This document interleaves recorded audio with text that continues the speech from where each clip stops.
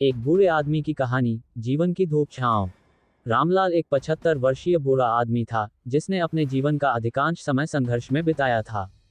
बचपन गरीबी में बीता, जवानी मेहनत और संघर्ष में, और बुढ़ापा अकेलेपन और उदासी में। उसके 3 बेटे थे, जिन्हें उसने दिन रात मेहनत करके पढ़ाया लिखाया और अच्छा इंसान बनाने की कोशिश की। लेकिन वक्त का खेल कुछ और ही था। जब बेटे बड़े हुए, तो वे अपने अपने परिवार और जिम्मेदारियों में व्यस्त हो गए। किसी के पास अपने बूढ़े पिता के लिए समय नहीं था। रामलाल पहले अपने बड़े बेटे के घर गया, लेकिन वहां उसे बोझ समझा गया। फिर वह दूसरे बेटे के पास गया, लेकिन वहां भी उसे ताने और उपेक्षा मिली। आखिर में, उसने छोटे बेटे के घर जाने का फैसला किया, पर वहां भी वही हाल था। थक हार कर रामलाल ने गांव के अपने पुराने कच्चे घर में लौटने का निर्णय लिया। घर टूटा फूटा था, लेकिन वह वहीं रह गया। दिन भर अकेले बैठे पुराने दिनों को याद करता और खुद से बातें करता।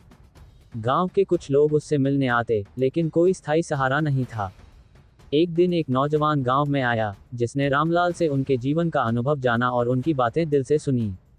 उसने रामलाल की कहानी सोशल मीडिया पर साझा की।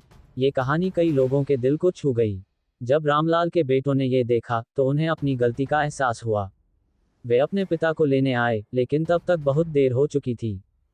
रामलाल की आंखों में आंसू थे, लेकिन वह मुस्कुराया और बोला, बेटा, वक्त लौटकर नहीं आता, और जो प्यार समय पर नहीं मिलता, उसका कोई मोल नहीं। उसकी यह बात सुनकर उसके बेटे सिर झुकाकर खड़े रहे। रामलाल ने अपनी अंतिम सांस उसी पुराने घर में ली, जहां उसने अपनी जिंदगी की असली खुशियां और दुख देखे थे। कहानी की सीख। जिंदगी में सबसे बड़ी पूंजी दौलत नहीं, बल्कि परिवार का प्यार और सम्मान होता है। माता पिता का समय रहते आदर करें, वरना पछतावे के सिवा कुछ नहीं बचेगा।